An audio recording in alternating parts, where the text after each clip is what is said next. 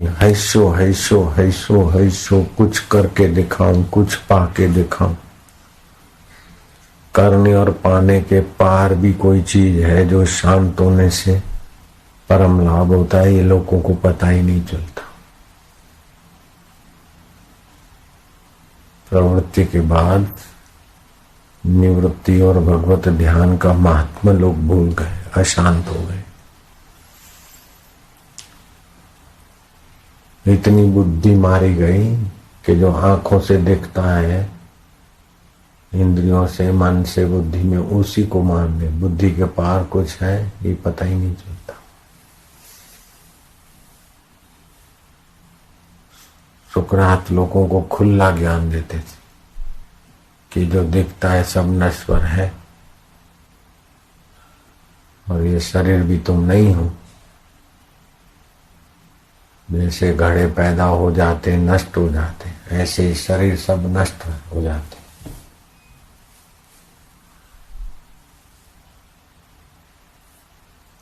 जो कभी न नाश हो वो तुम हो, ज्ञान स्वरूप, चेतन स्वरूप। बचपन, जवानी, दुख, सुख सब बदल जाए, उसको जानने वाले सत्ता तुम। तो सुकरात पर आरोप था कि ये दूसरों की बुद्धि बिगाड़ते हैं। उन बुद्धों को पता ही नहीं था कि बुद्धियां जिससे शुद्ध होती है ये दिव्य ज्ञान है। तो फिर सुकरात को मृत्यु दंड दिया उस समय के शासकों ने। उनको घोट के जहर पिलाया जाए, फांसी नहीं जहर पिलाया जाए। बोलते हैं जहर पिलाकर मृत्यु दंड उनको घोषित हुआ। तो सुकरात इतने तत्व चिंतक थे, इतना ठीक से समझ बैठे थे कि बोले इसमें क्या बहादुरी करोगे, ये तो वैसे ही मरने वाला है, बूढ़ा तो हो गया हूं। जो मरने वाला शरीर है उसको मार डालेंगे तो क्या बहादुरी कर लिया। शासकों के आगे झुके नहीं, कुछ आमद नहीं किया। तो तारीख तय हो गई, जहर घोल के दिया, वह पी लिया। उन्होंने बोला अब तुम घूमोगे तो जहर पैरों तरफ जाएगा, थोड़ा घूमो तो जहर की असर होगी। तो सुकरात घूमने लगे और कहने लगे कि जहर की असर हुई है इस शरीर के पैरों को। इन्होंने ठीक कहा कि घूमोगे तो पैरों में जहर की असर होगी। फिर धीरे धीरे घुटनों में आ रही है। ये बोले अब कमर के तरफ आ रही, जहर की असर हो रही इसको, जो मरने वाला है उसको मैं जान रहा हूं। मैं नित्य हूं और ये अनित्य है, और असर भी अनित्य है, मरना जीना भी अनित्य है। लेकिन ज्ञान सत्ता स्व अपना आपा नित्य है। अब पेट को जहर अपने कब्जे में ले रहा है। अब शरीर सहने के काबिल नहीं है, थोड़ी देर में ये मर जाएगा। जीवन भर जो नहीं समझा है हमने, वो प्रत्यक्ष अब समझाने का मौका आ रहा है। ये मर रहा है, इसकी मृत्यु देखने वाला मैं इससे अछूता हूं। परलय महाप्रलय हो जाता है, फिर भी ज्ञान तो रहता है नहीं कि महाप्रलय हो गया तो प्रलय का साक्षी भी है। प्रलय है तो प्रलय का साक्षी भी है, ऐसे मृत्यु है तो मृत्यु का साक्षी भी है। तो साक्षी की तो मृत्यु नहीं हुई। रोग है तो रोग का साक्षी भी है। तो जो रोग को जानता है वो रोगी नहीं है। जो चिंता को जानता है वो चिंतित नहीं है। जो काले पने गोरे पने को जानता है वो काला और गोरा नहीं है। काला गोरा शरीर है, चिंता मन को है, मृत्यु शरीर को है। चेतन निर्लेप है। अब बोलने का साधन भी खराब हो रहा है, लेकिन मैं जो का त्यों। अब क्या करोगे? बोले इन्होंने मृत्यु दी तुम क्या करोगे?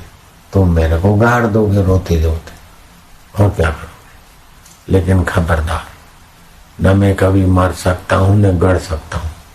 मैं तो सभी को गाड़ने के बाद भी सर्वव्यापी चिदानंद रूप में रहूंगा। और वास्तव में सुकरात ने कईयों को गाड़ दिया, अभी भी सुकरात मौजूद है। ब्रह्म तो अभी भी है, वो अपने को ब्रह्म जान चुके थे। अपना जीव भाव उन्होंने ब्रह्म में विलय कर दिया था। तरंग ने अपने को सागर में विलय कर दिया। श्री कृष्ण ने उद्धव को कहा कि गुरु का ज्ञान का आश्रय लेकर अपना जीव भाव विलय कर देना चाहिए। भागवत में आता है। समर्थ रामदास ने भी कहा अपना कल्याण चाहने वाले को ब्रह्म ज्ञान पाना चाहिए। क्रोध आता है तो क्रोध में बहे क्यों? क्रोध को देखे, चिंता को देखे, ऐसे मृत्यु को देखे तो जीवन भर जो सुख दुख उतार चढ़ाव आते उसमें डूबने के बजाय देखते हैं कि आदत डालो तो जीवन जीने की आर्ट आ जाएगी। आज जीवन जीने की आर्ट आए तो मरने की भी आर्ट आ जाएगी कि मरता है वो मैं नहीं। सुकरात कहते हैं कि मेरे को क्या गाड़ोगे? मैं तो सबको गाड़ने के बाद भी रहूंगा। तो ब्रह्म में तो कई पैदा हो के गड़ जाते, लेकिन ब्रह्म सुकरात ब्रह्म रूप में है, सर्वत्र है, अभी भी स्मृति है। आदत सुकरात को मिटा नहीं सके, जहर दिया, मृत्यु दंड दिया, फिर भी सुकरात मरे तो नहीं, अभी भी आदर से समझदारों के दिल दिमाग में है, उनके वाचा में है। तो जीवन जीने की तरकीब टॉलस्टॉय को भी बहुत बड़ी थी, सुकरात को। ये तत्व चिंतक पुरुष हो गए। कहने का तात्पर्य यह है कि अपने अहंकार को पोषने की जगह पे तो सारी दुनिया परेशान है। अहंकार को विलय करने की जगह पे जो चले वो महापुरुष हो गए। मेरे गुरुजी का एक सेवक था, वीरभान सागर उसका नाम। तो उसको गुरुजी खुले आम खड़ा करके उठ बैठ कराते, खास सेवक था। गुरुजी उन पर मेहरबान प्रसन्न भी उतने ही रहते थे। तो एक दिन बोला कि साईं हमारी कोई गलती तो ऐसी होती नहीं, होती भी है गलती समझो, तो दिन भर आपकी सेवा में रहता हूँ, अलग से समझा दिया करो ना। लोगों के सामने उठ बैठ कर आते हो, गालियां देते हो, हमारी भी तो कोई इज्जत है। वो मुंह लग गया था, थोड़ा क्या खूब लग गया था। तो बोला हमारी भी कोई इज्जत है, हमारा भी कुछ ख्याल करो। अरे बोले थे वाह वाही लोगों के बीच मिलती है तो मुंदड़ा भरता है अहम, तो लोगों के बीच ही भरता है, अकेले में कहूंगा तो कैसे मिटेगा। बोलो बाहर से लग रहे हैं कड़क, लेकिन अंदर से कितनी कृपा। बापूजी के लिए बड़ी प्रीति थी, सेवा खोज लेता था, ये उसमें सद्गुण भी भारी था। और हमको बराबर मजा चखाने का भी सद्गुण भारी था। उसको डर था कहीं ये आगे ना आ जाए। फिर भी गुरु का द्वार हम नहीं छोड़े तो हमको तो फायदा हो गया। तो ईश्वर प्राप्ति के रास्ते जितना भी विघ्न बाधा दुख कष्ट,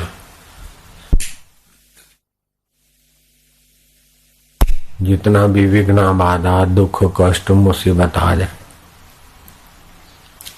लेकिन उद्देश्य ईश्वर प्राप्ति का पक्का हो तो दुख बाधा नहीं टिक सकता। जिनका उद्देश्य ईश्वर प्राप्ति का नहीं है, थोड़ी असुविधा है तो बोले मैं तो घर चला जाऊंगा, मैं तो घर में जाके साधना करूंगा। मतलब अहम सजाने आए, अहम मिटाने नहीं आए, इच्छा मिटाने नहीं आए, इच्छा पूर्ति करने आए। ऐसे लोग आश्रम में नहीं टिक सकते।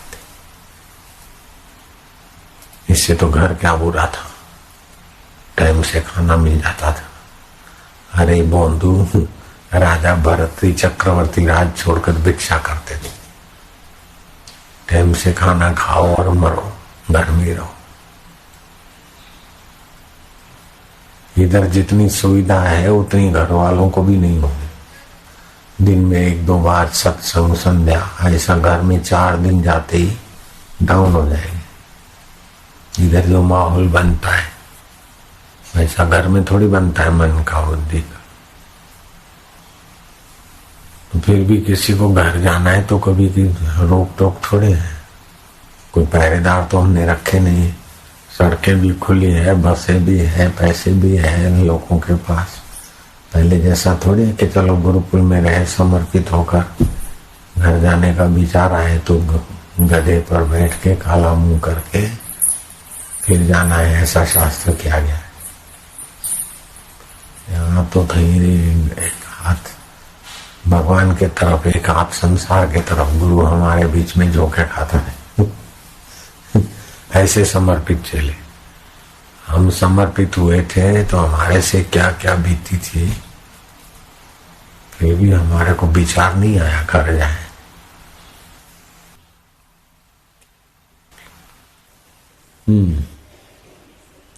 बालकों में बालकवत, वृद्धों में वृद्धवत, मूर्खों में मूर्खवत, और धैर्यवानों में धैर्यवान, और दुख में भी धैर्यवान है। वह सदा पुण्य करता, प्रसन्न, मधुर वाणी संयुक्त, हृदय से सदा तृप्त और सर्वथा कोमल भाव, चंद्रमा की नाई शीतल और पूर्ण होता है। जैसे वसंत ऋतु के आए से रस, फूल, फल सब प्रकट हो जाते हैं, वैसे ही जिसका हृदय शुद्ध हुआ है वह ज्ञानवान का बल, वीर्य और तेज, ये तीनों तत्व के साक्षात्कार से बढ़ते हैं। हे राम जी, देखो वसंत ऋतु आने से फूल, फल, रस बढ़ता है। ऐसे आत्मचिंतन से बल, तेज और आनंद बढ़ता है। आत्मदेव का जैसा प्रभाव है। वसंत ऋतु तो साल में किसी समय आती, लेकिन हर रोज खुशी, हर दम खुशी, हर हाल खुशी। जब आशिक मस्त फकीर हुआ तो फिर क्या दिलगिरी बाबा। एक फकीर बैठे थे, बोले बाबा देखो बारात जा रही है। अरे बोले वो तो जीवन में एक बार ही शादी है बेचारे की। बोले तो महाराज तुमने शादी की? बोले अरे मैंने तो इतनी शादियां कर रही। कितनी शादियां की? बोले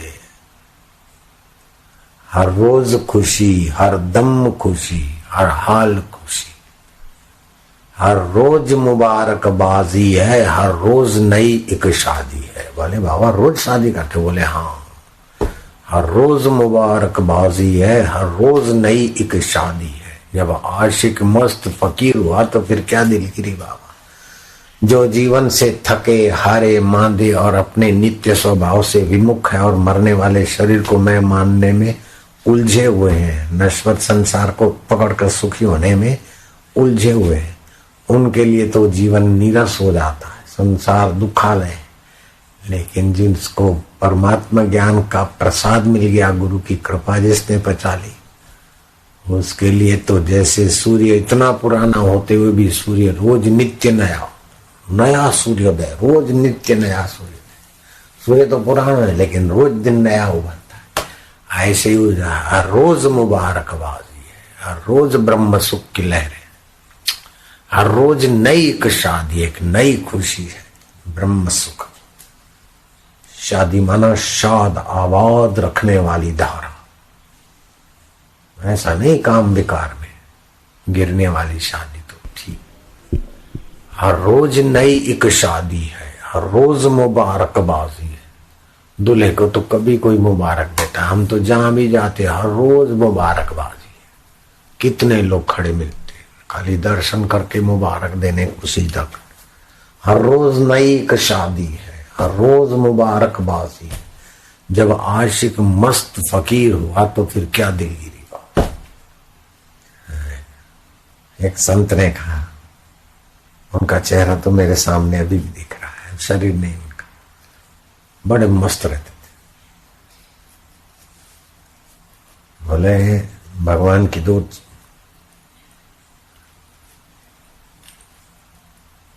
चीजें हैं, ऐसा कह दो। उन्होंने तो एकदम खुल्लम खुला, उन्होंने तो शब्द कुछ ऐसे बोल दिए।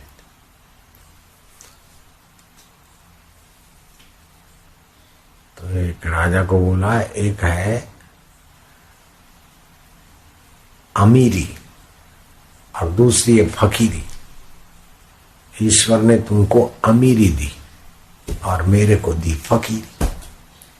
तू अमीरी के साधन जुटाकर खुश होने में मजदूरी कर, और मैं निष्फिकर होकर अपने आप में खुश हूं।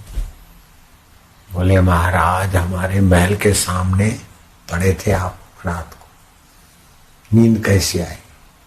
बोले कुछ तो तेरे जैसी आई और कुछ तो बहुत बढ़िया आई। बोले मेरे जैसी? महाराज मैं तो महल में था, आप तो मंदिर के उस प्रांगण में पड़े थे लावारिस जैसे। बोले देखो, महल में सो चाहे लावारिस की नहीं सो, जब नींद आती है तो महल वाले को पता नहीं होता मैं महल में हूं, और फुटपाथ वाले को पता नहीं होता फुटपाथ। नींद में दोनों बराबर। तो गहरी नींद में तो तुम्हारे जैसी, कुछ तुम्हारे जैसी, कुछ तुमसे बढ़िया। और तुम जब जगते थे तो रानी के हाड़ मांस को इधर उधर करके और अपना वीर्य नाश करके सुखी होने के लिए मजूरी करते थे। और मैं जब जगता था तो आनंदो अहम, चैतन्यो अहम, साक्षी हम, सोहम। तो तुम तो विषय विकारों में अथवा सुविधाओं के अहम में उलझ रहे थे और हम परमात्मा में सुलझ रहे थे। तो कुछ तो नींद तुम्हारे से बढ़िया करते हम लोग फकीर, कुछ तुम्हारे जैसे करते। राजा की बुद्धि थोड़ी बहुत ठीक ठाक थी। अहंकारी राजा होता तो ये महाराज को ठीक कर दो, लेकिन समझदार राजा था तो अपनी बुद्धि को ठीक करने के रास्ते लगा। नारायण, सत्ता मिलना कोई बड़ी बात नहीं, लेकिन सत्ता मिलने के बाद सत्ता का सख्त उपयोग करें। सत्य को पाने के लिए निष्काम भाव से सत्ता का सख्त उपयोग करें। खुशामद के लिए चमचों के तरफ झुकाओ, किसी से द्वेष का बदला लेने में लग जाए तो सत्ता का दुरुपयोग करने का फल भी उन सत्ताधीशों को, विचारों को, फिर भगवान करे सबका मंगल, लेकिन बहुत कष्ट रहता है। राजा की नृग राजा क्रिकेट बन गए, बोलो, कोई राजा प्रेत बन गए, कोई कुछ हो गया। इतिहास पढ़ते तो नहीं। भगवान सबको सद्बुद्धि दे। 4 दिन की सत्ता में या धन में, दौलत में, जुआनी में इतराना नहीं चाहिए। नारायण नारायण नारायण, आखिर ये सब छूट जाएगा। जो नहीं छूटता उस प्रभु को प्रेम करना सीखो। जो इंद्रियों से और मन से, बुद्धि से पकड़ में आता है वो सब माया है, सब बदलने वाला है। बुद्धि के पार जो है सार्थक। मति न लखे जो मति लखे, जो बुद्धि जिसको जान नहीं सकते, बुद्धि को जो जानता है। ऐसे तक तो मेरा मन करना बहुत ऊंची साधना। शोधी ले निज घर मापे, खोज ले अपने आप में खोज। कहे को बाहर भटके, ये मिले तो सुखी हो जाऊं, वो मिले तो सुखी हो जाऊं। अरे तू नहीं है तो इन कई वस्तुओं की क्या कीमत है? इनको तो पता नहीं। ठीक है, कर लिया, आके अपने आप में तृप्त। नारायण नारायण, सतृप्तो भवति। अपने आप में, अंतरात्मा में सुखी रहना सीखो। चीजों वस्तुओं की बाहुलता की गुलामी मत करो। कम है, ज्यादा है, ठीक है, पसार हो रहा है, सब नाश की तरफ जा रहा है, सब बीत रहा है समय के प्रवाह में। शनिचर का ग्रह 88 करोड़ माइल दूर क्या क्या बताते बेचारे। फलाना ग्रह ये 1 सेकंड में 260 किलोमीटर घूमता है। वो दूरबीन दिखाने वाले आए, बताए ये ग्रह ऐसा है, सब घूम रहे, नवग्रह घूम रहे, लेकिन कभी टकराते नहीं। कैसी व्यवस्था उस चैतन्य की, कितना अनुशासन है उसका। सूर्य भी घूम रहा, पृथ्वी भी घूम रही, नवग्रह घूम रहे, और भी सब घुमैया है, फिर भी कैसा तालबद्धता है, कैसी उसकी लीला है। वाह प्रभु, इसको बोलते हैं अविकम्प योग। बैठे ध्यान समाधि शांति, तब ध्यान योग, और खुली आंख तो भगवान की लीला, और काम काज में भी भगवान की सत्ता, इसको बोलते अविकम्प योग। मैं 2 घंटे तो ध्यान में बैठ सकता हूँ, फिर मन कंट्रोल में नहीं रहता, तो 2 घंटे बैठ सकता है। खाक बैठा तो मैं, और 2 घंटे बैठा तो कभी कम बैठेगा तो दुखी होगा, बुढ़ापा भी आएगा। मैं कौन हूं? बैठा तो शरीर बैठा, अच्छा है, लेकिन ज्ञान का भी आश्रय लो। बीमारी हो, हाय हाय करते हो, तब भी कोई ऐसी जगह है जहां ना बीमारी है ना हाय हाय, उस ज्ञान में हो। अभिकंप योग, जैसे ग्वाल गोपी, गोपी, गो माना इंद्रिया, इंद्रियों के द्वारा भी रस पिए वो गोपी। जहां देखे साधु भाई सहज समाधि भली, गुरु कृपा भई जा दिन दिन अधिक चली। जहां जहां डोलू, जहां जहां खाऊं, जहां जहां जाऊं, सब ईश्वरी है, आनंद। ईश्वर की ऐसी स्मृति, ईश्वर का ऐसा ज्ञान पालो। अभिकंप योग। बोले महाराज तुम दुखी नहीं होते? बोले दुख आता है। तुम सुखी नहीं होते? बोले सुख आता है। तो महाराज फिर आप सुखी नहीं होते? बोले नहीं, हम डूबते नहीं उसमें। दुखी नहीं होते? बोले डूबते वो दुखी होते, वो आता है, पसार हो जाए। समुद्र की तरंग आए, अच्छी आए तो उसी में भी नहीं डूबते, गंदी आए उसी में भी नहीं डूबते, किनारे मजा लेते। कितना सरल ज्ञान। ईश्वर प्राप्ति कोई कठिन थोड़ी है, लेकिन उसकी भूख नहीं इसलिए कठिन लग रही। नश्वर संसार की ऐसी बेवकूफी घुस गई है कि संसार ऐसा करूं वैसा, वो संसार का करने से मिलता है नहीं तो समझते यहाँ भी कुछ करेंगे तभी पाएंगे। अरे करेंगे तो कभी कभी ऐसा है, न करने में आ जाओ और ऐस को देखो, बड़ा सरल है, मौज ही मौज।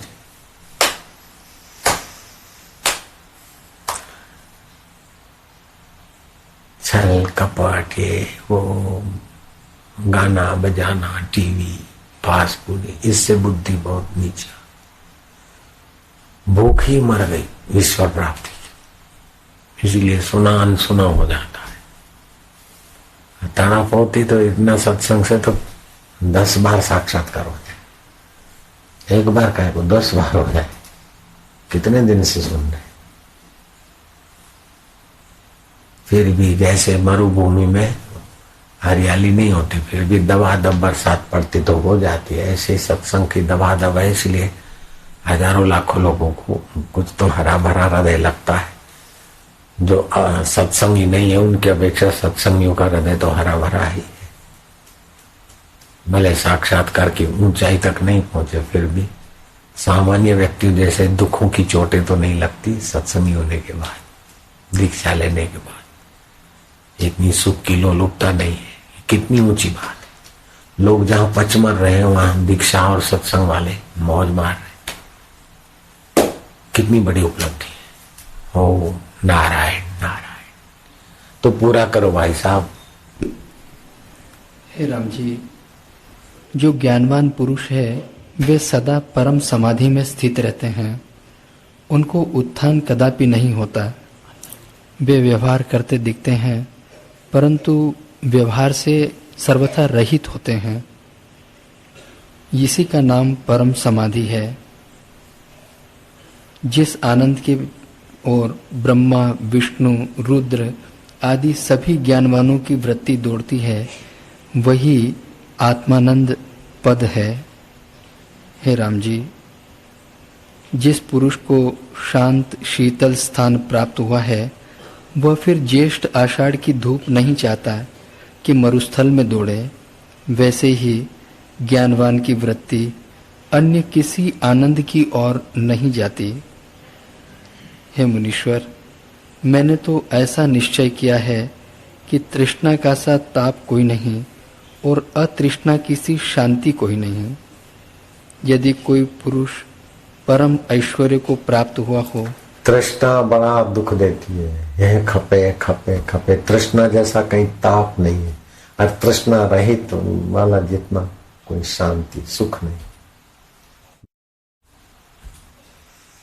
संसार चित्त में है, मन में है। मैं इसको जानने वाला संसार से न्यारा, अपने ओम स्वरूप आत्मा में प्यारा। ऐसा अभ्यास करने से आत्मा में स्थिति जल्दी हो जाएगी। ओम ओम माना संसार मुझ में नहीं है, पुण्य पाप मुझ में नहीं है, बीमारी शरीर में, पुण्य पाप मन में, मैं परमात्मा में, परमात्मा मुझ में। ओम ओम ओम नारायण नारायण नारायण। आत्मा से विमुख होकर मन इंद्रियों में देखता है तो संसार दिखता है, और आत्मा के सन्मुख होकर देखे तो संसार है ही नहीं। गहरी नींद में संसार कहाँ रहता है, दुख चिंता शोक कहाँ रहता है, लेकिन वहां अज्ञता रहती है। ज्ञान में अज्ञता मिट जाती है, जान रहे निसंकल्प दशा। एक विचार उठा, दूसरा उठने को है, उसके बीच की अवस्था वही परमेश्वर सत्ता है, निसंकल्प। श्वास गया तो ठंडा, बाहर आए तो गर्म, गया और आया बीच की अवस्था उसी सच्चिदानंद की, उसी का ओम नाम, अंतर्यामी नाम। इतना सरल है, लेकिन बुद्धि संसार में उलझ गई और संसार की बातों से भर गई, इसीलिए परमात्मा कठिन हो गई। नहीं तो परमात्मा पहले भी है, बीच में भी है, बाद में भी है। बुद्धि के निर्णय के पहले परमात्मा, निर्णय के समय परमात्मा, निर्णय के बाद, परिणाम के बाद भी परमात्मा। ऐसा आत्मदेव भगवान है कि नहीं संदेह हो सकता है, लेकिन मैं हूं कि नहीं संदेह होता है क्या? जो सदा हूं, बीमार हूं, तंदुरुस्त हूं, माई हूं, भाई हूं। ये माई भाई बीमारी तंदुरुस्ती कल्पना है, मैं हूं जो है उसी में जो वो सदा शांति है।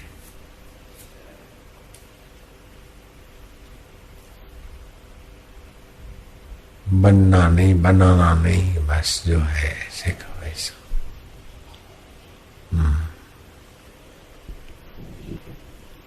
हे राम जी, संवित रूप आलय सा स्थिर स्थान है, उसी में स्थित हो रहो। जैसे पक्षी सब ओर से संकल्पों को त्याग कर आलय में जब स्थित होता है तब सुख पाता है, वैसे ही जब तुम सब कल्पनाओं को त्याग कर अंतर्मुख संबित में स्थित होगे, तब राग द्वेष रूपी कोई भी द्वंद न रहे। अंतर्मुख में, अंतर संबित में स्थित होगे तो राग द्वेष मल नहीं तो राग द्वेष का मल आखिरी तक साधक को तंग करता है, मनुष्य को। सारा संसार राग द्वेष से ही खींचा जा रहा। राग होता है उधर खींचता है, झुकता है, द्वेष होता है उधर भिड़ता है। राग भी खपाता है, द्वेष भी खपाता है, सर्वनाश कर देते हैं राग द्वेष। ओम ओम ओम। जिस वस्तु में राग हो उसका बहुजन हिताय दान कर, सत्योपयोग। जिससे द्वेष हो उसे प्रयत्न पूर्वक माफी मांग। जिससे द्वेष करता हूं उसके गहरे में तो तू है महाराज, तुझसे ईश्वर से ही द्वेष हो रहा है महाराज, माफी कर। साधना करनी है तो रामकृष्ण गंदी बस्ती में जाते, शौचालय सफा करते। बोले ठाकुर तुम ब्राह्मण ये क्या करते? बोले अहंकार है ना, मैं ब्राह्मण ठाकुर कर। गांधी जी भी देखो, उसका मतलब आप लोग चले जाओ शौचालय साफ करने, कहने का मतलब है जहां भी अहंकार द्वेष आसक्ति उसको उखाड़ के ओ नारायण नारायण। आसक्ति मेरी है ये मत सोचो, दोष मुझ में है ये मत सोचो, दोष मन में है, शरीर में है, आसक्ति भी। और गुण गुण के भगवान के, सद्गुण सत स्वरूप के, मैं सत स्वरूप का हूं, ये सद्गुण भी उसी के। सद्गुण मेरे में ये भी अहंकार आ जाएगा, दोष मेरे में ये भी अहंकार गहरे कर देगा। मेरे में तो तू है, तुझ में मैं हूं। तरंग में पानी, पानी में तरंग। ओम ओम नारायण हरि हरि ओम।